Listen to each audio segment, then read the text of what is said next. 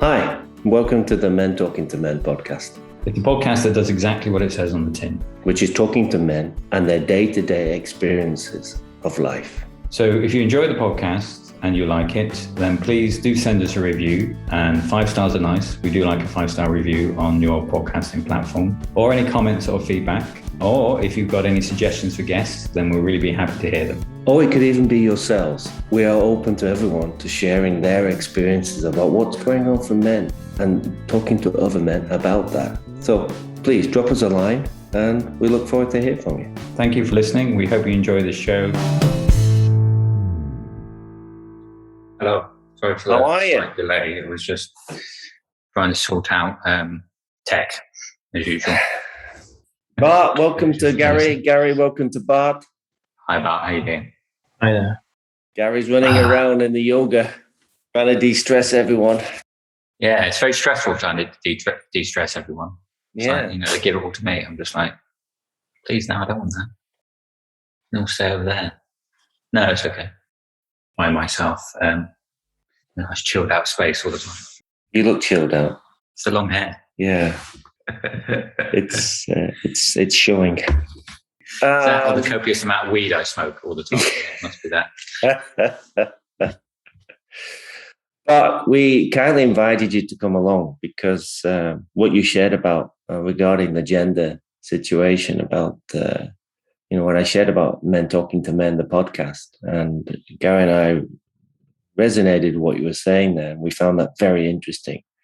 So, I mean, Gary's already recording this, and we can he'll cut and paste things out. But I thought we'd like to go with that, if that's okay with you, Bart. Mm-hmm. Yeah. And what you see about it. We're going to do an introduction later on, but and an ending as well. But we'd just like to get your thoughts on it. What you see is with Men Talking to Men. I mean, let's have a bit of a background from you, Bart. I think that. Give me a bit more input because I can. The mind is quiet. I think it's coming out. So, well, let's just start. I mean, this is. Let's just imagine that this podcast is out in the world already, and there are other people listening to it. And so, this is our what we want to do with the podcast is to have a space for the experience of being a man to be discussed, and understand that the experience of being a man is not something that is defined by anything other than the experience that's happening here, and to have reflections on that from each other. And I think what the interesting thing I see that now in society when it comes to gender expression and how people show up is that there seems to be a friction around the expression of being a man in society. There seems to be a friction around if you say, you show up and say, well, I'm expressing myself as a man, or for me, it's this body appears as a male-shaped body. And along with that comes also an experience of being a man in a male-shaped body.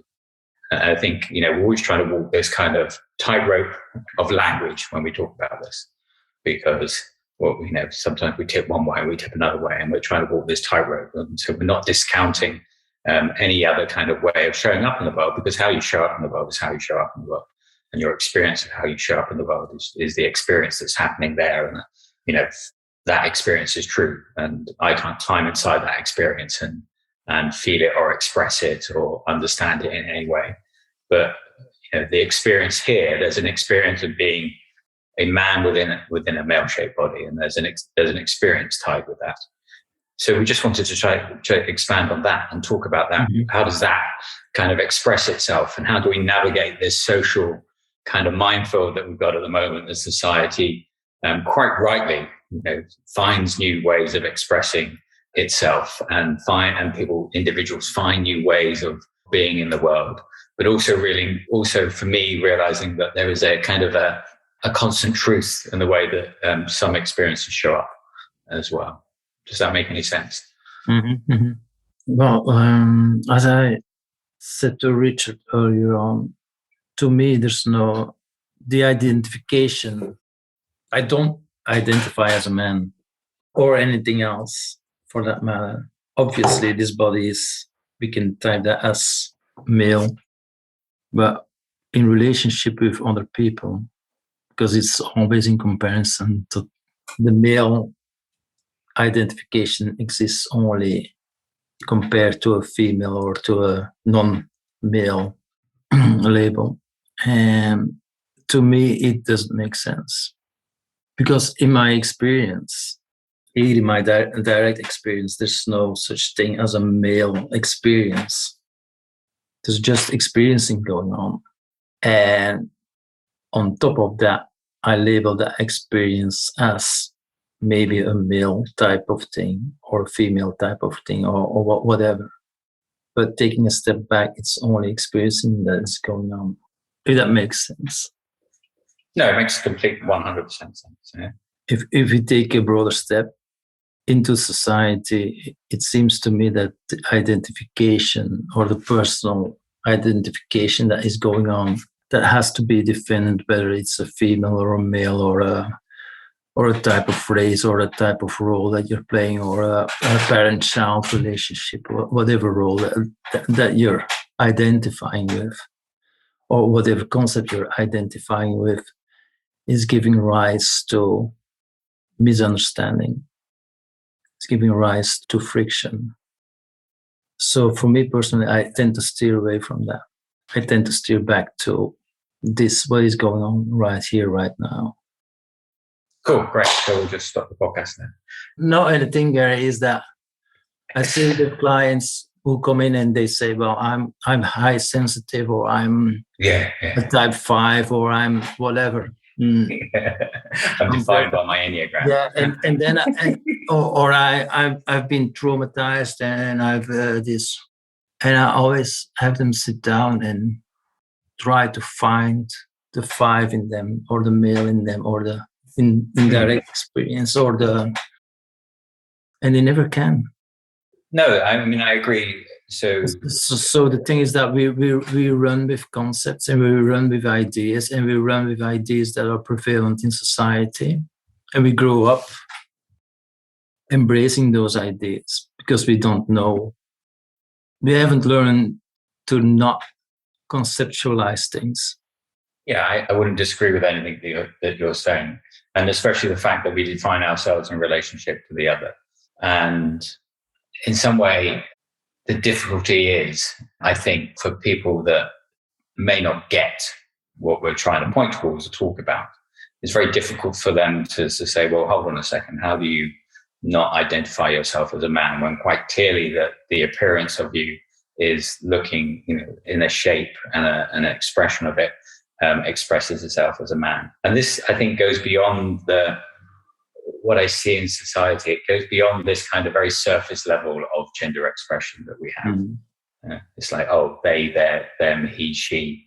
It's like, well, that's a very surface level of it. In some way, you're still identifying with something there. You're in that level of expression of maybe changing your pronouns, or you're still identifying with some form of concept about how you should show up in the world. Then beyond that, when you look beyond that, there's actually nothing I can actually hang my hat on and say, well, that's who I am. I'm a male, or I'm a female, or I'm a non-binary person. I'm with what we're looking for is something that exists beyond that, or doesn't exist beyond that. Mm-hmm. That makes sense. Yeah. The thing for me is that we grow up. When we grow up, we try to make sense of ourselves in the world. And it's a good thing that we learn to do that. What I found, though, is that we don't stop growing up at the age of 16 or 17 or 18. We keep evolving. And there's this point where, I'm going to say it differently. Some people talk about the first half of life and the second half of life.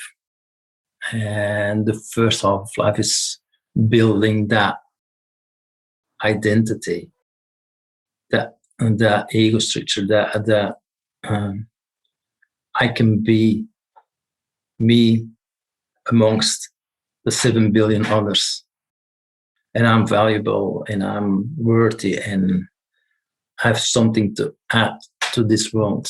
That kind of development. The second half of life is more of letting go of that defined structure that you build for yourself, that you identify with. So in growing up, you certainly, oh, I'm a male, she's a female, or I'm whatever. And it looks very, very real to you. And it helps you in certain ways, and it gets you in trouble in certain ways. But when you further grow, you will see that what you thought that was real isn't that real, isn't, how you say it, concrete anymore. I think it's a phase that everyone goes through, or phases that everyone goes through, without realizing that they're in, that is going on in the background. So I don't know if you have children, but I have a 14-year-old girl who is trying to find out her place in the world, and gender identification, and being attracted to women or being attracted to boys is one thing that plays, and how she identifies as what she identifies. So there's no way in my mind I would tell her this. No, you're not a female, or you're not a girl, or you're not. It's very helpful. It's like she's like constructing her an identity. It's not her identity, it's an identity, because the identity is very arbitrary, but we don't see that when we're growing into it. Mm-hmm. We think it's me, right? And me gets me in trouble all the time in relationship to other people, because what they think is not what I think. What I think is what they should think. And that's what's going on if you're pro or against vaccination or COVID thing, healthcare passes and all that stuff. It's the same conversation, basically. So when you grow older, not for everyone, but for many people, the concrete identity falls away or tends to loosen up. So when you're still in that and you're relating to yourself as a male with a whole backstory of male identity, and it's mostly the backstory is mostly the negative part, or the negative labeled part. Mm-hmm. It's not the positive labeled part. So it's all the as a male, you have to work through the male tendencies of the body, or you have to get them in control. So you'll be less intrusive to people who do not identify as male. So there's this whole story relationship thing going on. That to me helps on surface level, but mostly I see people going in circles, and maybe they might spiral up in those circles and loosen up a bit. But it's the long way, in my opinion. So I like to come back to direct experience. And in my direct experience, there's just experiencing going on. And the whole male-female thing is something that comes secondary to the experience. If that makes sense. I'm not sure if I lost you guys. Not at all. No. I mean, we're all on the same page. I mean, so it could be a very boring conversation because we're just all sitting in silence. Because there's nothing more to. I mean, that's been seen through, without a problem. But and the idea of the constructionness of identity, falls away. It's almost like a sandcastle, and it kind of just falls back into being sand again. And in some ways it falls away as it collapses as you in it.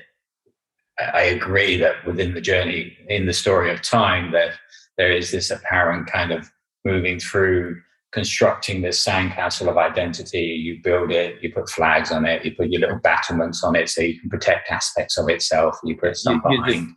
You defend the castle from the income. Yeah, you defend the castle, you pull the moat up, you have, you pull the drawbridge out, you have your moat over it, and it's like, this is me, you cannot find me or get to me. And I can't even find myself because I've just been away somewhere. And it's like, I've lost the key to this place that I've put myself in.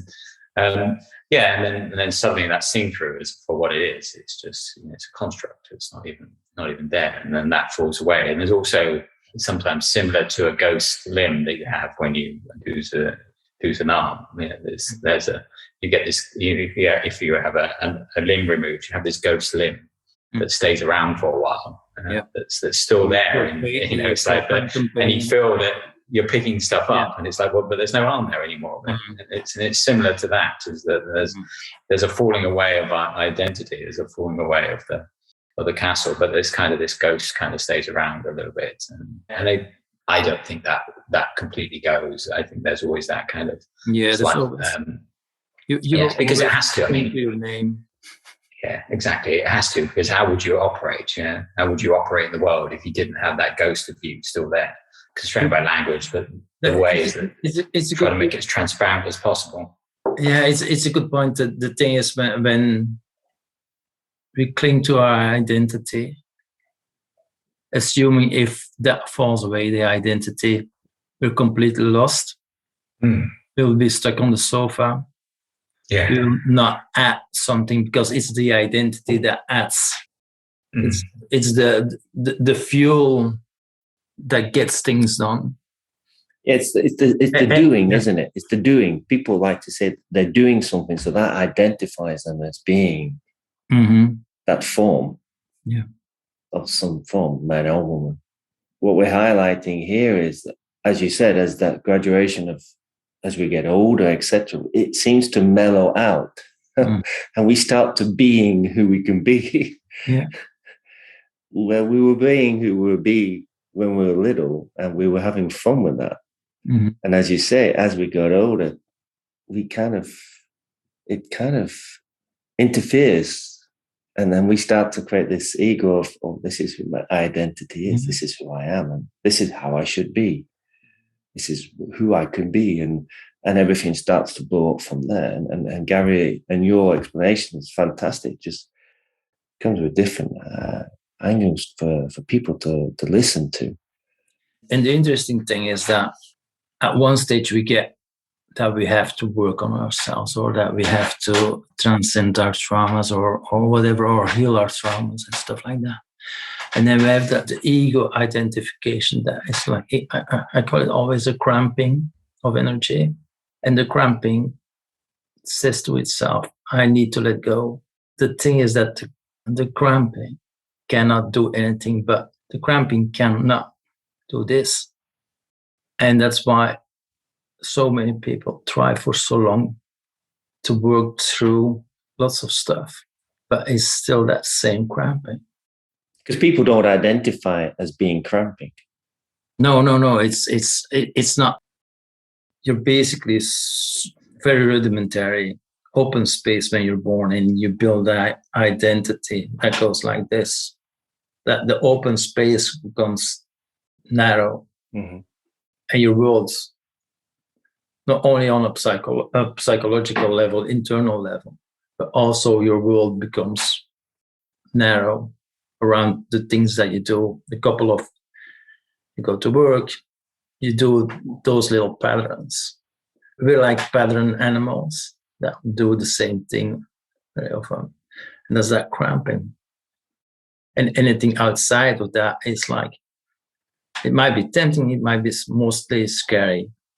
And you see that on societal level that this is what we know. And all outside of that is scary.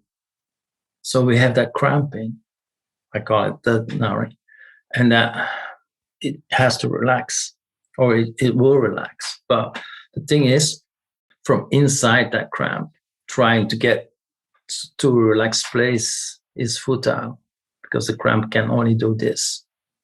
That's the only thing that it knows, protecting the castle. It cannot open the gates. to destroy the castle, because that's not its role. Its role is cramping. So you have to think a bit deeper underneath the cramping, underneath the identity. The identity can only do this. The identity has no power to do this. No, the identity has to grab something to label itself. Mm-hmm. You can only reach out in the world and grab that and say, okay, well, I'm going to take that. That's who I am now, because I'm a what, I'm a whatever, I'm this, I'm that, I'm something. I think it's also important to say that it's not a problem having that. It's not a problem to do that. I mean, it's not a problem to say, okay, I want to, I'm a yoga teacher. So in some way it's like, oh, I'm a yoga teacher. And in some way that defines the way that this shows up, because it grabs hold of it and says, oh, I'm a yoga teacher. But I can allow it to grab hold of it, knowing that I don't have to protect it. Mm-hmm. So I can grab hold of this, and it's not something I have to protect. I don't have to put my flag into the ground and say, right, I'm going to now build something around this identity or stuff like that. I mean, I do some work with people that go through have traumatic experiences, and I think I think this is from the experience here, that there is it's not a working on the self, but it's a looking at what's showing up when the trauma or the thinking about the trauma comes back. Because we're always pointing towards people, it's like, well, you're only ever experiencing that trauma now. You're not experiencing the trauma again. You're just experiencing, the experience of the trauma through the thought of it again. And there's, there's some work in doing of, in some way it is work. I mean, it's of looking at that, bringing it up, showing it, holding it in space, and allowing it to sort of have an expansive nature, so that you can allow it to evolve and open yourself up, so that I can allow this to dissolve away.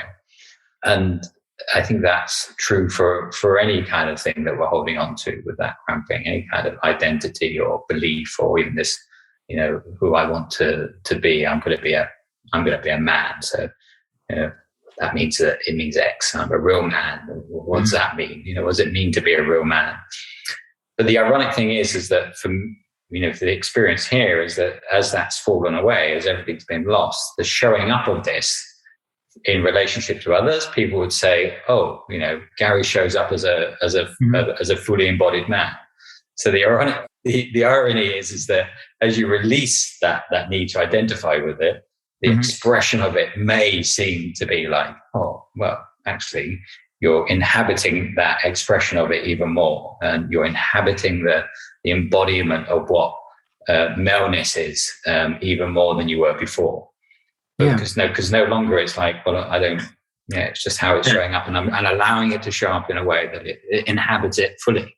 Yeah, totally. It's like the flower can be but a flower, but the thing with our human beings is that we try to be something that we're not. It's like the flower trying to be a tree or something like that, or grass. And when that falls away, it's obviously that the blooming happens by itself. It's not a doing by you. It's not a doing by the identity. The blooming happens because you cannot do anything but bloom. You cannot do anything but bloom. So the identity thinks quite the opposite of that. So it tries to find ways to get to the blooming. It's that seeking for ways that keeps it closed and not do that. For me, it's like when you said the blooming part for the identity, it's like it's going in all different directions, going trying to search for that blooming, but it's already there. And it goes to that thing that makes the most sense, or that is the most strong, the most closed, the most concrete. I'm a coach. I'm a father. I'm a whatever, right? But going back to gender, if we had females in this conversation, it would be the same, be exactly the same thing, because it's happening. The gender identification is a story in the cramp. It's not a part of the blooming. Yeah. And that's from within the cramp, that's hard to see. You cannot see that because it might sound paradoxical, or it might sound saying two things that are pointing in different directions or opposite to each other. You're saying black and you're saying white. What is it? Oh, it's not gray. It's both at the same time. Yeah. And the hardest thing is trying to. We're so attracted to following what's going on here in our minds. And you're always in this moment. So the feeling and the stories that are appearing will tell you something else. Will tell you something about yesterday and something about tomorrow and something about other people and something about this. But all those stories are appearing in you and are not you. It's like looking in the mirror and seeing your reflection. You are not your reflection. That reflection has no power. That reflection does not know anything. It's an appearance. And that identity is also an appearance. The image in the mirror cannot heal itself. Because it's over there. Yeah. Because the image in the mirror is over there. So it can't heal itself because it's already, once you push it out into it, it's over there and it's not here anymore. Yeah. So as soon as you look at it, of course it can't. Yeah. It has to come back. Mm-hmm. But the sounds in your head are also over there. Mm-hmm. The voices that tell you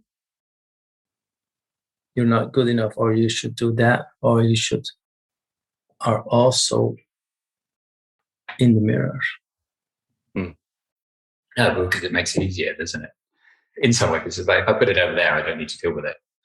Yeah. Exactly. Well, and the world would be much better if we wouldn't have to deal with the voices in our head that much. And all that, she looks attractive, I'm gonna get her thingy.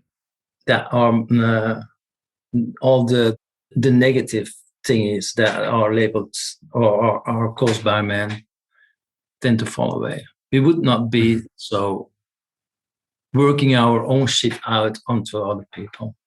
Yeah. There's a need not to project them anymore, objectify that over there as something that the thing is like, the ironic thing is if I'm saying things like, well, I need to get her, if we go back to, the male, and again, I don't like the labels either. I don't like sort of label it as negative or positive. And also we have this expression, which I hate, which is the toxic masculinity. It's just like, I feel a contraction about that because I'm like, hold on a second. Let's move away from that at all.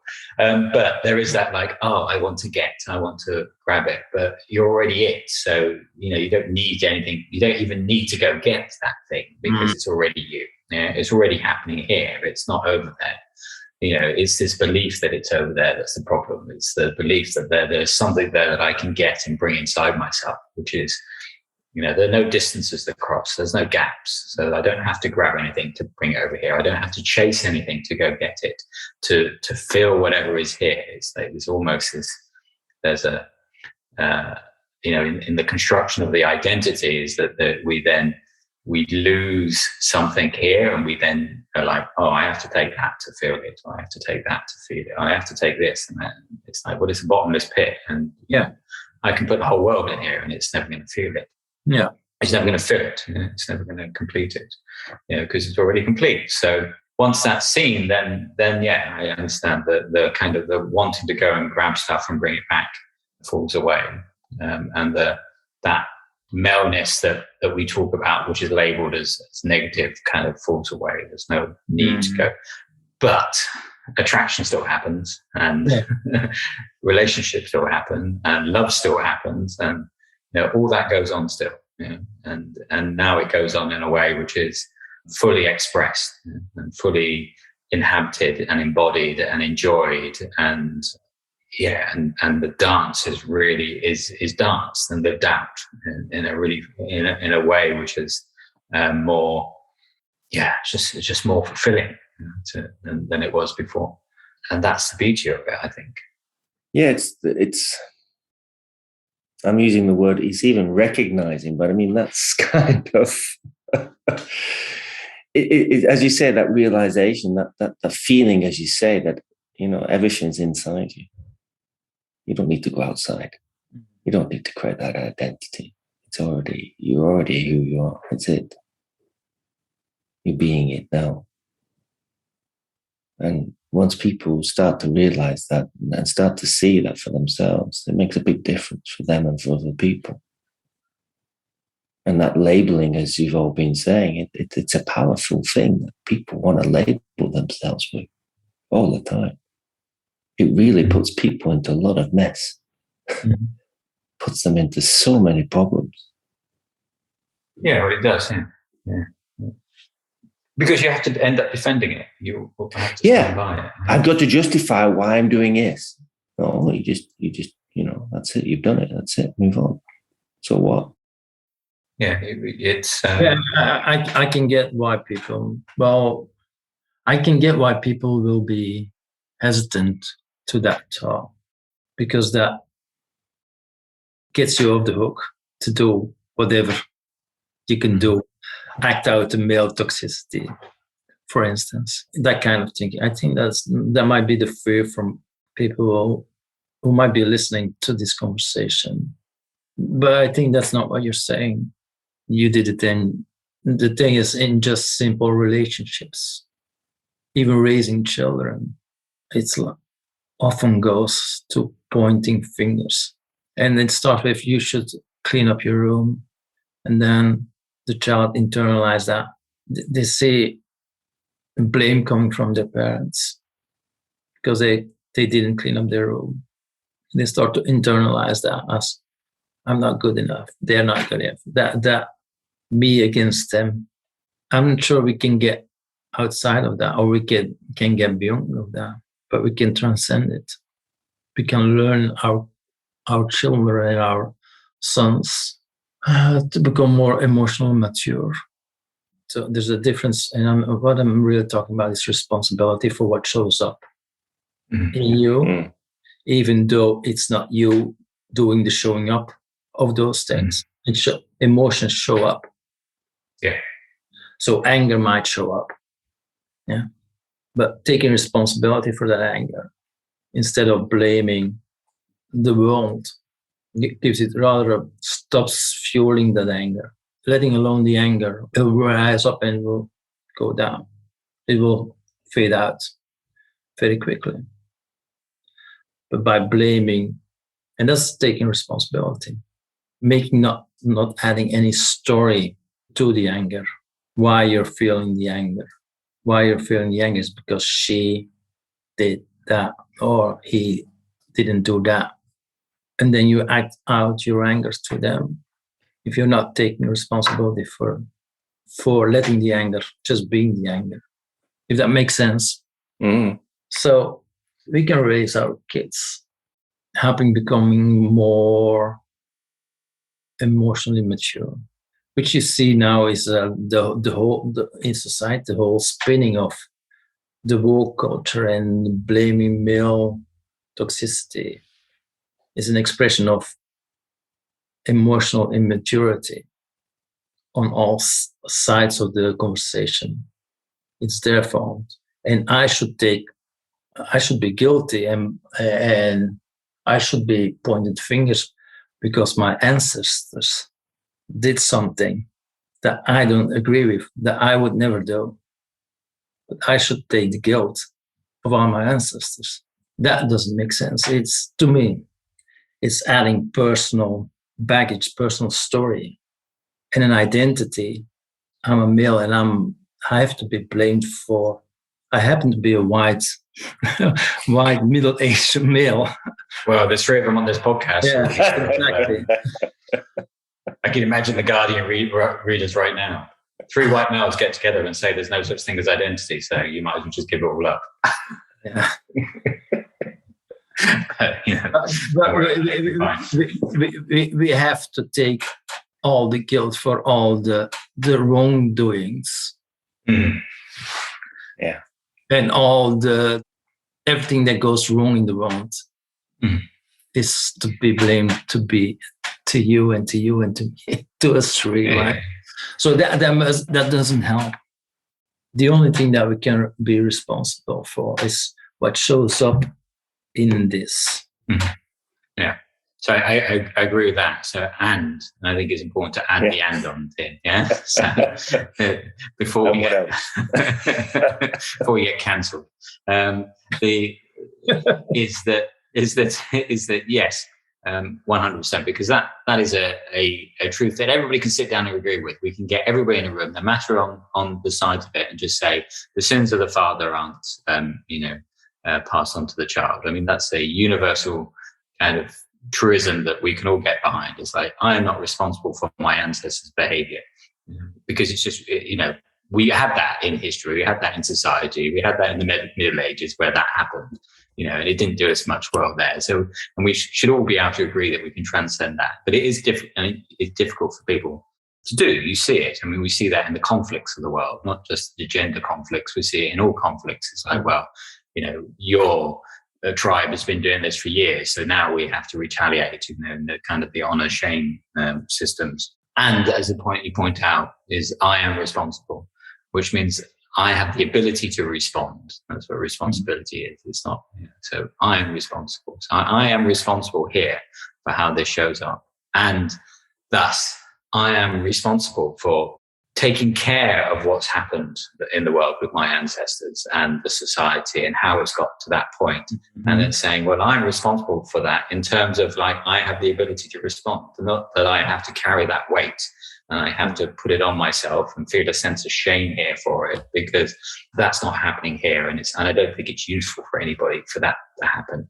But I have a responsibility to say, right, I can respond to that if I want to. So I can show up in a way that I take care of the people that are around me. And the only thing I can work on is this, 6 meters I've got, more or less, or things I can reach. And that's it. So if I do this around me, then I am taking part of my responsibility to make sure that I'm going to use the word correcting, but correcting in some way what's gone on in the past. Not that correcting is the kind of has the right flavor for it, but it's the only word I've got. Yeah. Totally agree. A quick note on taking responsibility, because it might confuse with what we said earlier. It's like the cramping cannot take responsibility. The responsibility is lying in a step back and not adding extra fire or extra cramping to what is already cramping up, if that makes sense. Yeah, that makes complete sense. It's pulling yourself out of that what is not useful. There's a lot of young guys who get in trouble. And every case is different. I've worked with youth at risk, and there's mostly often a destabilized family context. Whether we want to ignore that or not, but that seems to have been true for every case I've seen personally. The whole family structure is destabilized by either a parent being absent, mostly a father being absent, or a father and a mother having addiction problems or anger issues, stuff like that going on. And for a young person who is growing up trying to make sense of this world, making sense of themselves, making sense of their emotions and stuff like that, not having that base to fall upon, that family structure to fall upon, back on, or that support leaves room to make every input important. There might be drugs, there might be other friends, and I think any of us has the if there's a responsibility to others, I think that it's to our youngsters, if that makes sense. Mm-hmm. Well, yeah, I mean, there's not building an identity is often more problematic than having one. Mm-hmm. We have to go through that. We have to go through that stage. You can only, it's like I teach there's some rules that help. For instance, my son used to run onto the street without looking for incoming cars or other or bicycles or something like that. So sometimes I really needed to physically pull him back and make him loud and clear,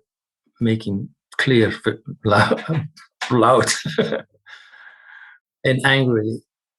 You should, right?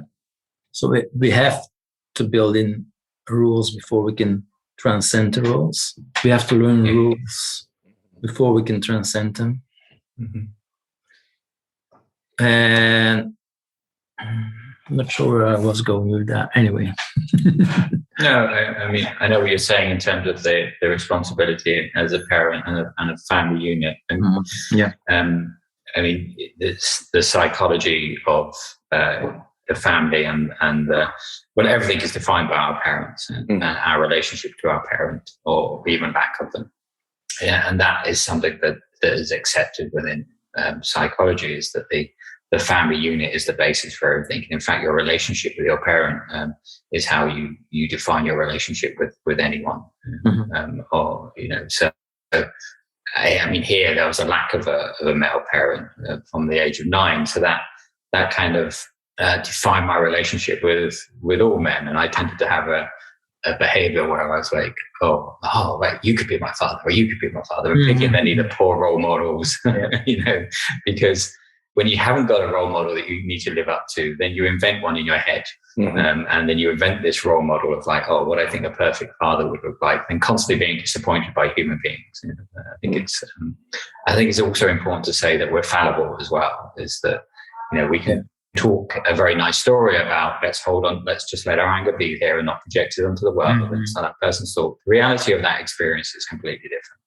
You know, when I'm angry, and when anger happens, we swap between conventional language and non-dual language. But, you know, when I'm angry, let's just use conventional language. When I'm angry, you know, it's going to happen. I'm going to be like, you're the responsible for this, you know, and, you know, I was in an argument with my wife over the weekend. And, you know, very rarely we get in these kind of arguments where it's quite a big argument. Anger happened. A massive amount of anger came up. And there was like a time of it, and not being able to let it go, but knowing the theory and the theory of the everything about it, and just saying, I'm just angry, I'm just going to have to let it sit. And it was still like, you know, it's coming from over there, even though it was all coming from here. Yeah, you know, not like picking stuff up, whacking, smashing stuff, or, you know, just letting it go. And eventually it went, and that was it. Then that was the moment to be able to go, right, okay, that was a crap argument. Let's sit down and talk about what the actual problem is. So yeah, the family unit is important in that. And if we do have a responsibility as men, should we say, let's use that label, it is to teach our children that, yes, of course, you have to build an identity, because if I don't build an identity, I can't operate in the world, because, you know, what are you going to do? You just let you. And it's a natural biological process of human experience to have to build that identity in our teens. You know, the frontal lobes melt down, they rebuild themselves, and you come up with that identity. I think the important thing as a parent is to allow the structure of that identity, and like you say, put some boundaries around it and put some rules around it, so that it feels safe within those boundaries. So it's okay, well, now I can operate safely in the world. And then from that basis, you then have the ability to transcend it. There's another person I like listening to, which is Richard Rohr, who's a Franciscan monk. And he talks about the need to actually start from that base. You know, and he'll use the word conservative. You know, have to start from this base of conservatism, but conservatism in the way of like, making sure that we respect a constant kind of truth in the way that humans need a structure at the beginning of their lives, so that they can have a secure base to operate from, and then from that base you can transcend and move yourself so that I can be a lot more kind of open and move into this space of openness and letting the identity fall away. And I think then if we can achieve that, as either role models and as parents, it enables people to then, you say, blossom. There's nothing getting in their way of saying, right, you go through this thing. As a flower grows, it comes up, the bud tightens, and suddenly and I can allow it to do that instead of trying to keep it all constrained. Because if I allow things from an early age to be too free, then that's just as bad. Yeah, no, it's what Richard said earlier. It's like identity grabbing all places to hang its hat on. So I second that people listen to Richard Rohr. He has like a He's also the one who often talks about the first and the second half of life as well. And it's something that comes back in spiral dynamics for people who are into models, and the thing with it's like a helpful map that we don't have to take seriously, but we can see some some moving patterns in society and in general, and the friction between different worldviews. And I also like the whole development psychology path from Susan Cook-Reuter, for instance, has a great model where you see different stages of how that ego cramping goes up and then loosens back up, and that but this has to happen, regardless of gender. It has to. It doesn't have to happen, but I think it's on a personal level. It doesn't have to happen. No, because you can grow up. I think you can be a 10-year-old and dropping into that open space and stay the rest of your life, but mostly you will not be.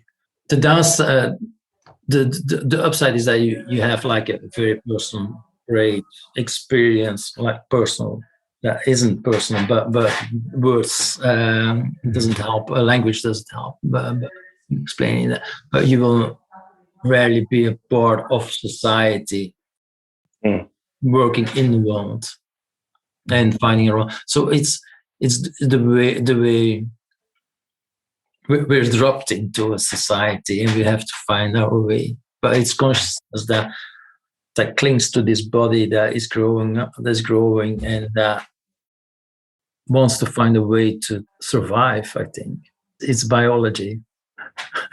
The body is I think on that note, because we've spent your time and Gary's time on this, it's a good time to say. I've got to go do more yoga. Thanks, Bart. Really appreciated your time, and it was a beautiful discussion. Really highlighted some things, and I hope people will get to hear this and listen with an approach different from what they normally listen to people. And thank you again for sharing what came up for you about men talking to men and the gender of it all. So we didn't talk much about gender.